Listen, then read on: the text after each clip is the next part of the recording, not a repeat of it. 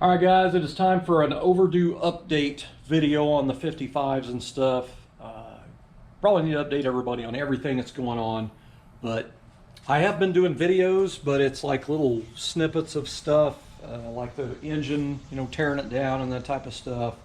Same thing with the transmission and control arms and that type of stuff. So I want to post those videos when those components are finished and painted. Then I'll post that video because they'll all be, done.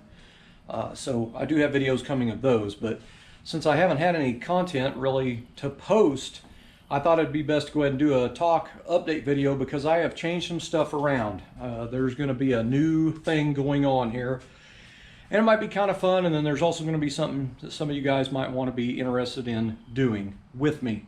So let's get started. So the fuel pump went out on my wife's Fiat a couple weeks ago, put a new pump in. It's been doing great. It's fixed. I got my truck back.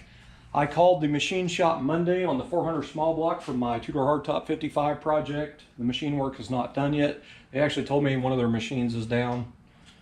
So, and no big deal. But anyway, so I'm back to the four-door now, working on it again. Now, I had posted in a video a couple weeks ago that I was going to go ahead and get on this car and get it done so we would have a backup vehicle in case her car went down again or my square body went down again. So it's still the plan, but I've kind of changed it. I had stated in that video that I had a $1,000 budget to build the car and paint it. Well, I had a buddy stop by last week, and me and him kind of didn't see eye to eye at first because he was being a real smart ass and it was irritating the crap out of me. He got out of his truck and he was pointing at my car and he goes, "I watched your video last night and there's absolutely no way that you can build that car for $1,000. And I said, "Why?" And he goes, "Well, for one, the paint supplies that you need are probably going to be north of $500. Well, I don't disagree with that. And then he said, "In upholstery," he goes, "There's no way you can do all that and have upholstery too." And I said, I stated in the video that the upholstery was going to be something I was doing. It was just going to be like blankets on the seats, nothing fancy. So, I mean, obviously it would cost a lot of money to do the interior on a car, especially a 55 Chevy with the headliner and the windlace and all that stuff. So, anyway, this guy as well, he was like, "Where did you get $1,000? Like it's any of his business to begin with." But everybody got a COVID-19 relief check, I'm pretty sure. So I had $1,000 of that money that I put away, and I was actually saving it. But I thought that it would be a good idea to use it on the four-door so we can have that backup car in case one of our high-mileage old vehicles goes down again. Because let's face it, I cannot afford to go out and buy another car and pay full coverage insurance on it. If I can get a car up and running and driving for $1,000, I can do that. You know what I mean? It's not paying $300 or $400 a month for a car payment. So this is the plan here. So anyway, I ended up decided to overhaul the engine and rebuild the transmission. Now, when I say overhaul the engine, I am not taking this engine to a machine shop. I am just doing new piston rings, new oil pump, rod bearings, main bearings, and a timing chain. So it's basically just overhauled. That way, that engine's freshened up, and we should get miles out of it, years out of it, hopefully. Same thing with the transmission. That was a good used transmission. Who knows how long it would last before it started slipping gears. So I decided, I actually had a buddy of mine that I got the engine from stepped up and said that he would overhaul it for the price of the kit. He's a transmission rebuilder. So I have rebuilt a couple of transmissions in my past. It's never something I've been comfortable with, and it took me a long time to do it. And I don't have any specialty tools either. So to have somebody that is going to basically do it for me like that. Now, I will have to go over there and disassemble it and do all the grunt work, all the cleanup of the parts and all that stuff. But I have never been able to go to a transmission shop and actually have a professional show me how to do it. And that is going to be an education, and I am looking forward to that. I will jump at that chance to do that. And I'll take the GoPro with me so you guys will get to see it as well. But anyway, so I decided that instead of paint for the car, just to go ahead and overhaul the engine, overhaul the trans. That way those items are done, and they should provide us with years of use. Now, I look at this car as basically like you're building a brand new house from nothing. You have to build your foundation first before you build the house. So I'm referring to this chassis as the foundation because, you know, the engine, transmission, drive shaft, rear end, the leaf springs, the front suspension stuff, shocks, all that, brake lines, fuel lines on the chassis, that's the foundation, and I want all that stuff done. So it's either going to be brand new parts or rebuilt. So I don't ever have to worry about any of the drivetrain stuff, hopefully, for a long time. So that left the paint. So on that $1,000 budget, after I inventoried all my paint supplies in my garage. Now, here's where he was having trouble with it. It is expensive to buy paint supplies anymore. One trip to the paint store, if you were buying every single thing, it would be anywhere from, I would say, $500 to $1,000 or more for all cheap stuff to do an entire paint job on a car. Fortunately, out of all the cars that I've painted, I always have stuff here.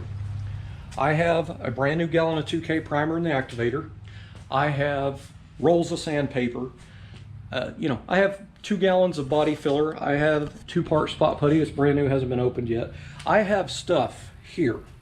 All I needed after inventorying was a gallon of paint and a gallon of Z-Chrome sprayable polyester. That was all I needed, which the Z-Chrome was $175 and that gallon of paint was $200. So that was $400 of my $1,000 going toward the paint on the car.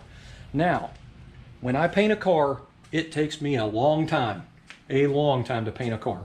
I am very thorough when I paint a car, and usually when I'm done, they are really, really straight. I have arthritis in my lower spine, and I have it in my hands and other little spots on my body, and it sucks. You guys that have arthritis know this. So if I block sand a car all day long, like shape body filler or block sand primer or whatever, all day long, by the end of that night, after I'm showered, had dinner, I can't even move. I'm stove up. And I'm usually down for 2 to 3 days after that, trying to recuperate just from that one day. So the reality is it would have taken me months just to get that car painted, which is going to drag on. And who's to say, you know, one of these vehicles don't go down in a month. So what I decided to do, since I blew the $400 for the paint and the Z-Chrome on engine parts and transmission kit, I would just go ahead and put the car in primer and go ahead and put it together and start driving it. There's nothing wrong with that. And that's another little argument he was talking about, and I've heard it many times, and I don't disagree it completely. You know, supposedly you're not supposed to put a car in primer and start driving it because it basically can get, the primer can get, your primer can get contaminated, like oils, moisture, like rain. Supposedly, you know, that's what everybody says, is the primer soaks up the moisture and, you know, gets down to your body filler and your bare metal and all that. Well, here's what's funny. About 10 years ago, I did a car. I've done quite a few cars in primer, actually. This car in particular, I sanded way down to the metal. There may have been other little spots on it that wasn't quite to bare metal, might have had original primer or paint spots on it, but most of it was bare metal. I didn't have any epoxy primer to put on it here, so I used 2K catalyzed urethane primer.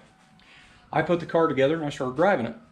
In that meantime, while I'm driving the car and enjoying that car, I was buying new parts for it and I would put them away.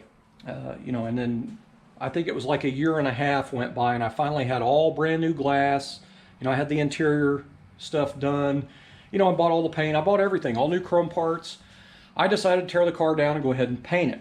Well, when I started sanding that car down, when I got down past the primer to the bare metal, that bare metal was still nice and shiny. It never had moisture to it. And I didn't notice anything wrong with the filler that I'd put on it in places either. Not saying that there wasn't, you know, wasn't nothing there, but I didn't see anything. Seems to me if your primer soaks up all your rain and moisture and stuff, that bare metal would have probably been surface rusted under there. But it wasn't. And here's the other thing. That car never sat in the garage for that 1.5 years. It sat out here in the driveway, and that was before I had a carport here. I have pictures of it somewhere. I tried to find them. I have pictures of that car after we had a huge snowstorm, and you can't even see the roof of the car. It's covered in snow. Like the hood is as deep as the roof is. So, you know, whatever. I've always been that guy. I do my own thing. If it works for me on experience, I'll keep doing it. So that is what I'm going to do, is put the car in primer. So The gallon of primer I have here is Autobahn Black 2K Primer. I like that stuff. If you're going to run a primered car on the budget, that primer, I like it because when it dries, it's not flat. It's kind of like a satin or a matte finish, and it holds out in the sun. That was another thing that surprised me about that. That paint still had that sheen to it after that amount of time, which is real surprising. But anyway, I'm going to finish out the metal work on the car and the body work, and I'm just body working the big stuff, the stuff that will be noticeable. All the little stuff, I'm not sweating it because let's face it, it's not a shiny paint. You're not going to see it until it gets wet, which I don't care then. But anyway, so I'm going to finish the metal work, rough in the body work, and I'm just putting 2K primer on it, and that's it. I am going to go ahead and paint the roof the shoreline beige. I have a gallon of paint here. So the paint will get all body work finished and done and painted. So it will be finished for good. And then I decided that since I have a quart of the willow green here, I'm going to go ahead and paint the dash, steering column, steering wheel, glove box door, and all the interior garnish moldings. And I'm also going to paint the firewall the willow green. That's the color the car will eventually be. Those parts are far enough away from the outside of the body that when I get the new gallon mixed, if it doesn't quite match, it's far enough away from it that I don't care. So the dash will be completely done, the firewall will be done. And then I don't have to pull the motor and transmission back out of the car later to paint the firewall, because these cars are, that's the only real way to paint a firewall if your motor and stuff's in it. You have to pull that stuff. And they're even more of a pain in the butt just to tape off your chassis and stuff just to paint the firewall. So I'm going to do all this on this body cart, and then when the body's painted in the primer and the firewall's done and all that, then I will bolt it down to this freshly painted chassis. So it actually should look fantastic. Even though it's a primer job, it should turn out nice. But in a way, it kind of sucks because to me, the flat black car craze, it's kind of, that ship has sailed in my opinion. I mean, I've done it personally 5 or 6 times in the last 15 years, so I'm no stranger to it. So it's like I keep doing the same thing and it's kind of boring to me. But I thought about doing gray primer, but you got to think about it. Gray primer with a tan top, that's not going to look that great. The black with the tan is going to look great. So I'm going to paint the steel wheels gloss black, because when I paint the car green, the wheels will be painted green as well. This 15-inch, steely wheels with the little dog dish caps. So for now, I'll paint the wheels gloss black and then primer black body and then a tan roof. So on the outside, the car should look pretty nice. And then the other side of it is, not only is it hundreds of hours I'll be saving of getting the car done and being able to drive it and get in it and enjoy it, I can take the time after that, as we go along, I can buy new glass, I can buy new chrome parts and trim parts and stuff, because, reality is you really don't want to put all that old stuff on a brand new paint job. It just kind of takes away from your new paint.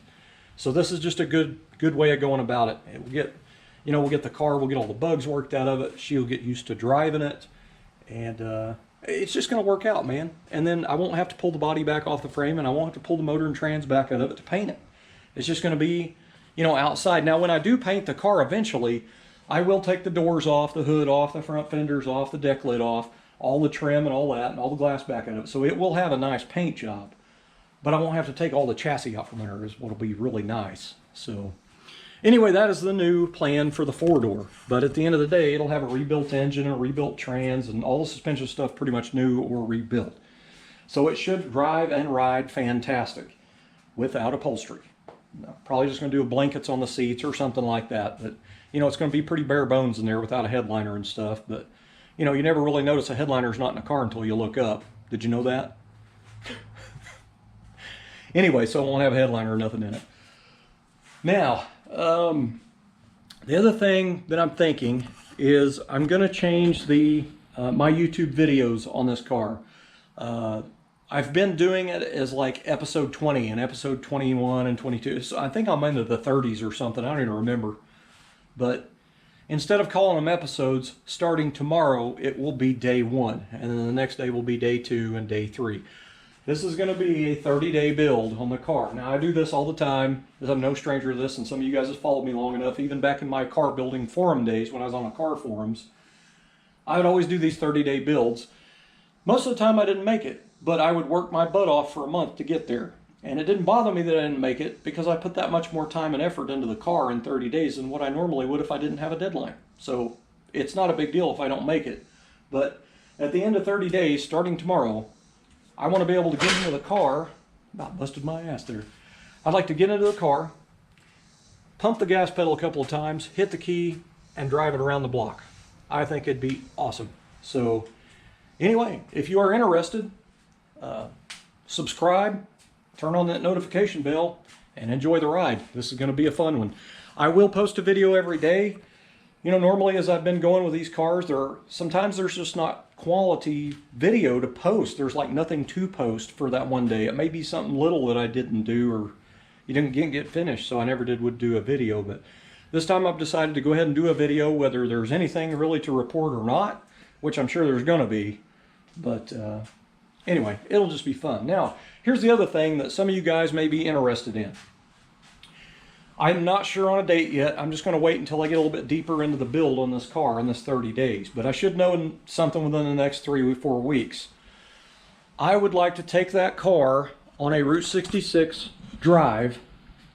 I live 15 minutes from Tulsa. I'm actually about 7 or 8 minutes from the Blue Whale in Catoosa, roadside Route 66 attraction. Actually, when I drive out of my housing addition and pull up to the highway, that's Highway 66. So I pretty much live on Route 66. But I am planning on driving that car for a little weekend adventure, stay overnight one night, and then drive back. But I want to meet up at the Blue Whale. If any of you guys are interested, I'll figure out a date later. But so it'll be fall weather, it'll be cooler. I want to meet at the Blue Whale early in the morning. That way it's a big parking lot. There's a little bit of shade trees along that one side that we can park under. But meet up there, and then when everybody's there, we'll take off. There's also a big gas station right kind of by it a little bit, so everybody can get gassed up, get their snacks, drinks, whatever they want to do. We'll take off toward, Missouri-wise, Galena, Kansas, Baxter Springs, that type of stuff, Joplin, Missouri. I want to end up in Carthage, Missouri, and I want to go to the drive-in theater there. It's called the 66 Drive-In. I want to go there. I don't know what'll be playing. But I don't even know if it'll be open. It may be closed for a season, who knows. But if anything, we'll go by there and check it out. But anyway, I want to stop and eat at Mom and Pop's restaurants. And I want to stay the night somewhere in Carthage. There is a vintage motel there. It's famous. I can't remember the name of it. I want to say it's Boots or something like that. I don't remember. I may have that wrong. But I thought it'd be fun. It'd just be a nice little weekend getaway. It shouldn't cost a whole lot of money, as if we went all the way to Chicago or whatever. But which I cannot afford to do. But other guys can go on if they wanted to. But so if anybody else wants to go along on this drive, then come on with it. I think it'll be fun. Now, I don't want to put down on paper exactly everything. Like, we're going to be here at 10:30. We're going to be here at 11:45. We're going to spend 15 minutes here. I'm not going to do that. It's going to be a winging it thing. We're going to hit the road. And, we come into them old towns like Galena and Baxter and all that. They've got cool main streets, man. I want to go check them out. Like park the cars, walk down Main Street, maybe walk into some antique shops or something, Just enjoy the roadside attractions and that type of stuff and see things. It'll be fun. I also heard about, there's a place in Joplin. It's like 15 minutes, I think, from the Route 66. But it's like a park or something, and there's something falls, I want to say. So we may go down there like a little nature thing and just drive the cars down there and get out and check it out, walk around a little bit or something. But anyway, we'll figure it out more as we go. But I think it'll be a lot of fun. And if any of you guys want to take your vehicles, let's go. So they don't even have to be old vehicles. You can take your new stuff if you want. But anyway, that's the plan. Be a little weekend deal, and we'll just have a lot of fun. I will be taking tools and a few spare parts, so I pretty much an old small block Chevrolet, if I'm driving it like that car with an HEI distributor, I will take a complete distributor with a coil and a module, and I will take an extra fuel pump, so and the tools to fix that stuff. Because pretty much a small block Chevrolet, unless it's engine failure, that's about the only thing that goes wrong. So anytime I've ever drove small block Chevy old cars like that, carbureted, that's all I carried is that spare stuff like that. That's all you really need. And then you don't have to call a tow truck. Just fix it right there on the road. Anyway, guys, I'm going to jump off here. I'm basically going to start the day series things tomorrow. Because today, I've got a little bit more planning to do. I want to kind of rearrange some stuff. I want to clean up in here a little bit. I want to sweep out. I need to gather a bunch of parts out of my shed and get them together. I've got a couple of boxes full of just random stuff, and I want to get it pretty much organized to where it goes on the vehicle, so it's going to be easier for me in that time crunch to you know, get it out of the box or whatever. So I've got all kinds of little projects going on, but I'll save that for tomorrow. So anyway, I'm going to jump off here and get busy. If you haven't subscribed, please do that. Turn the notification bell on so you'll know the videos. But there will be a video every day for a month. And hopefully by the end of the month, I'll be driving that 55 four-door. Let's hope. Thanks for watching.